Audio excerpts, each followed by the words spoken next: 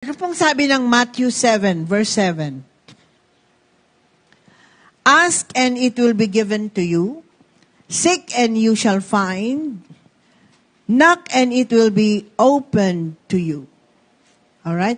Ano raw pong sabi? Kapag kumatok ka, ikaw ay pagbubuksan. Kapag naghanap ka, ikaw ay makakasumpong, makakahanap. At kapag ikaw daw ay kumatok, it will be opened to you. Kapag humingi ka raw, ikaw ay bibigyan. Kapag kumatok ka, ikaw ay pagbubuksan. Kapag naghanap ka, ikaw ay makakasumpong. You will find. That is a promise of God. And that is what we have to bear in our mind and in our hearts. Amen? At hindi po sinungaling ang Diyos.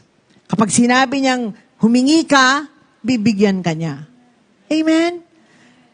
Ang problema, hindi ka humihingi Naka-50 ka ng dalangin ng paulit-ulit Wala ka namang sinabing kailangan mo. Ang kailangan mo lang pala gumaling ka sa sakit mo. Sabihin mo, Lord, pagalingin mo ako sa sakit ko. Sabi ng doktor, ganito sakit ko. Pero hindi ako sumusuko na ako po ay maghihirap sa ganitong kalagayan. Sapagkat 2,000 taon nang nakakaraan, binayaran mo na to sa krus ng Kalbaryo. Amen? This is finished. And so we just have to live that kind of victorious life in our day and time. Amen? Invoking what God has done through His Son Jesus on the cross. Amen? Whatever is your worry, whatever is your concern, whatever is your problem, whether it's physical, emotional, spiritual, financial, ano man ang pangangailangan mo, ay tutugunin ng Diyos. Ask and it will be given to you. Seek and you will find. Knock and it will be open to you. So, are you asking something from God? Tell Him. Are you seeking something from God? You will find it.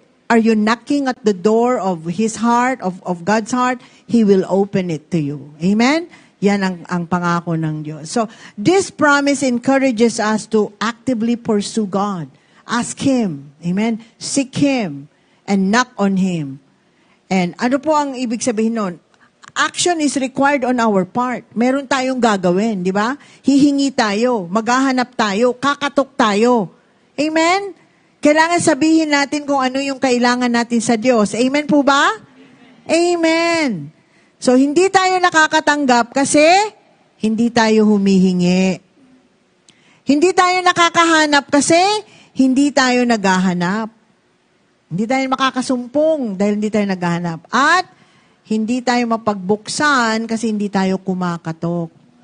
So, kinakailangan, alam mo yung karapatan mo bilang anak ng Diyos, humingi ka sa Diyos, humingi ka sa Ama. Amen?